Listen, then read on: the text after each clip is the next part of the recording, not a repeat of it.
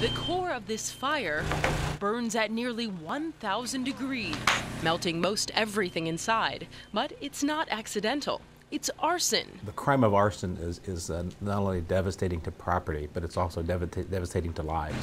The arsonist believes that that if they burn everything, that they've shut down the trail, and we're here to say that's not true. We're going to find you. Reposition. Go ahead. Don't get hurt. What you're watching is no ordinary fire. It's a test fire set by the State Fire Marshal's office. Yeah, go ahead and let her burn for a minute. Created to look like real rooms. Grab that stick. Measured and monitored by investigators. I'm gonna zero it out there. And like any fire, crews are quick to put out the flames. But what happens next is slow. And this right here is something important. Methodical. We're going to start digging out right around here. And deliberate. Each little piece like that is a clue. The State Fire Marshal's team uses this controlled environment to learn techniques they will later use to investigate real fires. We just want to carry that out just like that. Oh yeah, because there's the edges. Let's pick up the couch and move it out.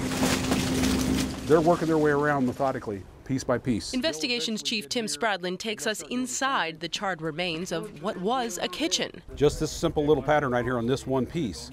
The difference here, and then this is the kind of thing we want to pick up and look at the bottom.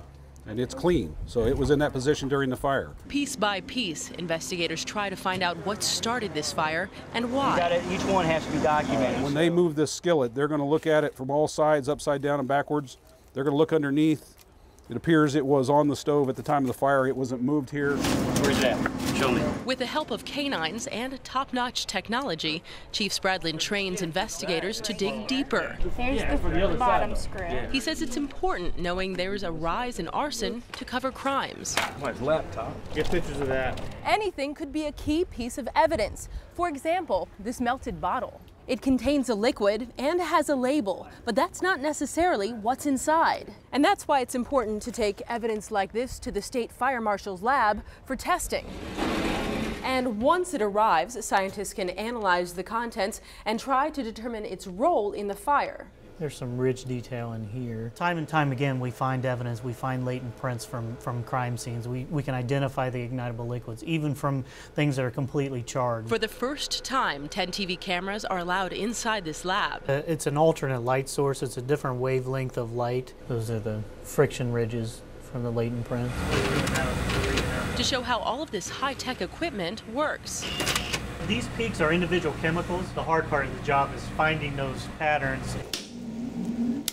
It could take more than a week to process the samples, but Chief Chad Wissinger says it's worth the wait to make a match. Things like DNA and latent fingerprints are ultimately what juries are looking for to tie a suspect to a scene. According to the FBI, less than 10% of all arsons across the country result in an arrest. But here in Ohio, the State Fire Marshal's lab comes in at a rate of 25%. They credit the success to increasingly sensitive equipment and a new forensic video system.